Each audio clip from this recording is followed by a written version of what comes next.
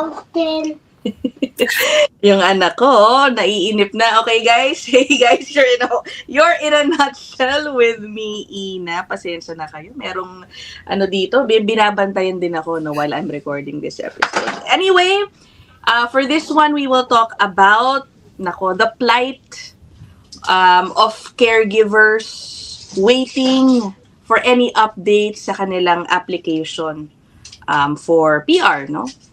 I came across this post in one of, I think malaking following itong Facebook group na nakita ko kung saan siya nag-post. I will share it with you, no? And I think maraming mga kababayan natin are going through the same thing. Ay, ano ba ito? This one, ayan. Medyo nakakalungkot din. Sabi niyo, I never imagined I would have to write something like this. My family did everything right. We came to Canada legally. We applied dun sa Home Child Care Provider pilot program noong March 2025 while fully in status and fully qualified. We trusted the system. At hanggang ngayon, no, waiting pa raw sa kanilang acknowledgement of receipt. While they're still waiting, sabi niya, our lives are falling apart without the AOR. We are losing our legal status, losing our jobs, struggling to put food on the table. We have no access to healthcare for our children. Every day we wake up with fear, not knowing how we will survive the next. Oh, ay nako. Okay. My wife, the main applicant, has broken under this pressure, suffering from severe depression.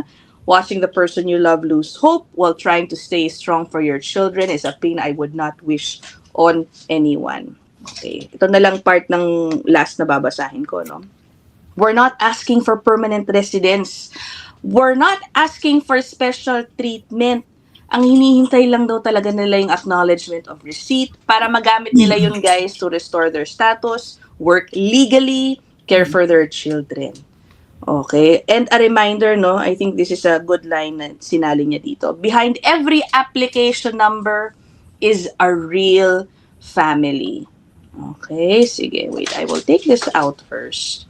And put in ang ating suking si Miss G, Geraldine Villarreal of GHV Immigration to talk about what our caregivers are going through. Is this a common story, Miss G, that you're hearing, common sentiment amongst, for example, your clients? Marami po kasi mga kliyenteng caregivers si Miss G, no? It's a common story actually, and hinaing na rin ng mga aplikante na nagpasa na ng application. So katulad din nung yung writer na yon last year, March, until this time walang AOR.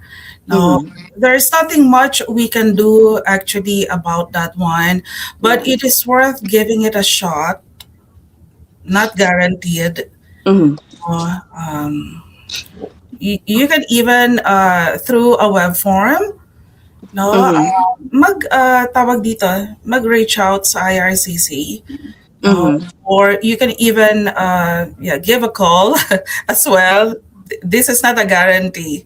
No, it was like suntok sa buwan, sabi nga natin, pag sumagot ang IRCC. But sabi ko nga, there is always reason for everything. No, and, hindi kayo nag-iisa, yung ating sender, hindi siya nag-iisa sa mga ganun. Yeah. But what's important is, nasabi na nga natin din sa mga past episodes, make sure that you are and will be maintaining a legal status here in Canada. Gusto ko yung isang sinabi niya dito, Ms. Gino, na behind every application number is a real family. I think that's a good reminder for our viewers, no? Yes. To be more, careful when commenting about all these people losing status. Kasi totoo, guys, yung mga pinag-uusapan nating numbers, bilang ng mga may expired visas, expired permits, hindi lang po bilang yan. Totoong buhay yan. So let's be a little bit more considerate with how we express ourselves when it comes to this issue, no? Parang, kumbaga, Ms. G, I'm sure you have some clients also feeling na parang they feel like pinapaalis talaga sila ng Canada, and syempre nakaka-depress yun, causing them anxiety. At the same time, pinaglalaban pa rin nila yung kanilang PR dito, di ba? Yeah, tama naman yun. Valid naman yung nararamdaman nila, no, na bakit nakapakatagal. Mhm. Sabi nga niya, AOR lang naman ang hinihingi nila, hindi pa naman PR application, PR decision. Ano, yeah, from my end, yeah, ingatan nyo lang yung legal status nyo here in Canada. Who knows, maybe next week, no, the following day, you may receive the AOR. You never know. So kaya nga ang reason bakit in-stop or nag-pause ang submission ng application for this year for the caregiver. And that is to find time para dun sa mga existing applications. So dun pa lang, so it's a keyword na we can wait for the decision or at least yung nga AOR in the coming days. It's like they just want to at least see their application through. Whether or not ma-approve yun o hindi. Yun lang ang hinihingi ng mga taong ito. Diba? Yes. And yung sinasabi po kasi niyang issue sa AOR delay, no, ang tagal talaga. It's a real problem, guys. And Miss G, I know, no, napag-usapan natin, may reports na lumalabas. May backlog na nga for the longest time, guys. It seems lumalala pa lalo yung backlog. Because the IRCC, it turns out meron pa silang layoffs na mangyayari. So kung mababawasan sila ng mga empleyado, it could affect also itong processing ng mga applications na ito. So paano to, Miss G, no? It would be inevitable for some of the applicants to actually lose their status. Pag ganun, they will have to leave. Paano nila mamamonitor ng mabuting application nila? Anong ina-advise mo pag ganun ng situation? There is something called like whenever I do have an application na talaga ang tagal ng usad. No, what I used to do is nagre-request ako ng GCMS notes. So through there, nakikita mo kasi may galaw ba tong application ko na to or not. No, that is one way also. But the thing is, in her case or their case, wala pa silang AOR eh. No, so I doubt na mag-a-appear yan sa GCMS.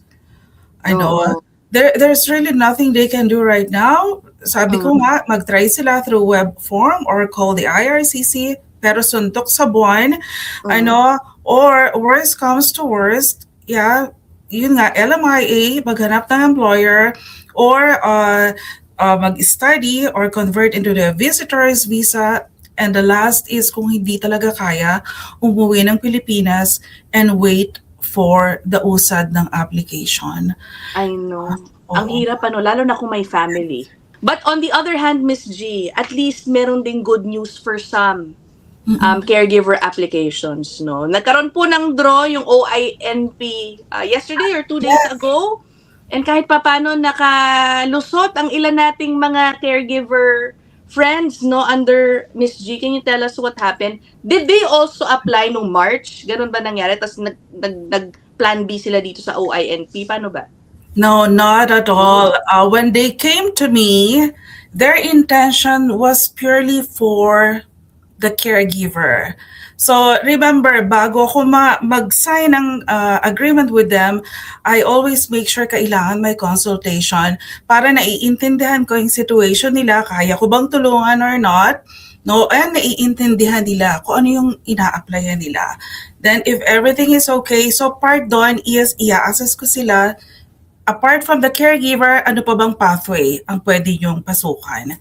Ano, I remember in some of my consultations, no, but I don't remember kung itong natawagan na to, isinama ko yon, yung topic na yon, that they can also apply through the OINP. Let me be specific kasi ito yung wins natin yesterday. Ano, and then, so caregiver, we only submit them for the caregiver pero nagsara nga.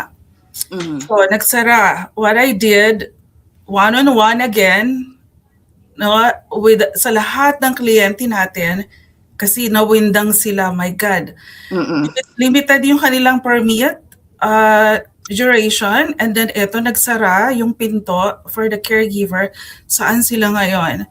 One-on-one with them, I made sure of that. And then I told them, okay, these are the pathways na pwede nating itapon ng application nyo. May mga mababait na applicant na on the same day itself or the following day, nakinig sila, they approach their employer if they can support yung job offer. Okay. And then there, Miss Ina, actually yung isa ko doon, last week lang, nag-submit ng expression of interest. If I'm not mistaken, I don't know if this Thursday ba or what. And then, kahapon nga nakita ko, oh my God, paggising ko, kasi yun ang aking habit, check my emails. Oh my God, from OIMP, invitation. 1 week lang bale, halos. Yes, less than a week, yung isa-isa ko. Yung Wow. isa for another one, it was just like for, I think, more than a week. No, meron pang mga mistakes dun sa presentation ng kanyang legal name, and I had to communicate with the OIMP correcting the name formation. No, Friday. And then Monday, they received an invitation to apply. Now, Wow. that's the power also, Miss Ina, of siguro respecting or listening to the consultants. Now, again, must be a licensed consultant and check their experience in all those pathways na nire-recommend nila sa'yo. No? They listened, we did it, and then here it is. Wow, job employer stream yun guys under Yes. OINP. Again, nasaraduhan sila nung March, right? Ay, ano ba, nasaraduhan sila, no? Hindi sila umabot. No, Was Miss it March? Ina, ba nasabi natin lahat? It's supposed to yeah. be from March 2026. Supposed okay to be na. next month. All right. So again, guys, job offer stream ang pinuntahan nila kasi nga they were supposedly planning to apply nitong March 2026 na in-announce na hindi nga po magbubukas. Wow, that was quick, no? Okay. Yes. Miss Ina, siguro for clarification then definitely may mga magtatanong, sabi na, how come caregiver, paano napasok sa OINP? Now, specific, the invitation was for the international student stream. Sa Okay. international student stream, those clients, mayroon silang experience under 33102. So yung mga PSW, healthcare aid, no? So there is a thin line between 44101, home support worker, and 33102. No? Okay. Pero yung experience sila falling under 33102, which can qualify din sa caregiver pathway. All right. Okay. And existing ang employer. So, doon namin pinasok. And they got So, again, Ms. G, which streams to yung in-explore ninyo? International Student Job Offer Stream. Tama ba? Yes. Yeah. They need an employer to support the application. All right. So, again, guys, assess yourselves. Baka rin naman pasok kayo doon. Ang bilis, no? 1 week. Anyway, okay. I just really hope dumami pa yung good news para sa mga caregivers natin na nag-aabang. Because at least, no, alam mo, yung trabaho na yan, konti lang ang magsasabi na hindi yan kailangan. Kailangan ko yun ng Canada. Yung mga caregivers, because as we all know, Canada's, it has an aging population. Ang dami po nang nangangailangan ng mga mag-aalaga sa kanilang elderly people dito. Anyway, thank you so much as always, Miss G, for updating us. Yung mga caregivers natin na viewers dyan, kung gusto nyo maglabas ng inyong mga hinaing, put them down there in the comment section. Maybe we can talk about it in a future episode. Okay? For now, we will end this episode here. Short but sweet. Thank you so much, Miss G. We'll see you guys in the next one. Bye! Thank you.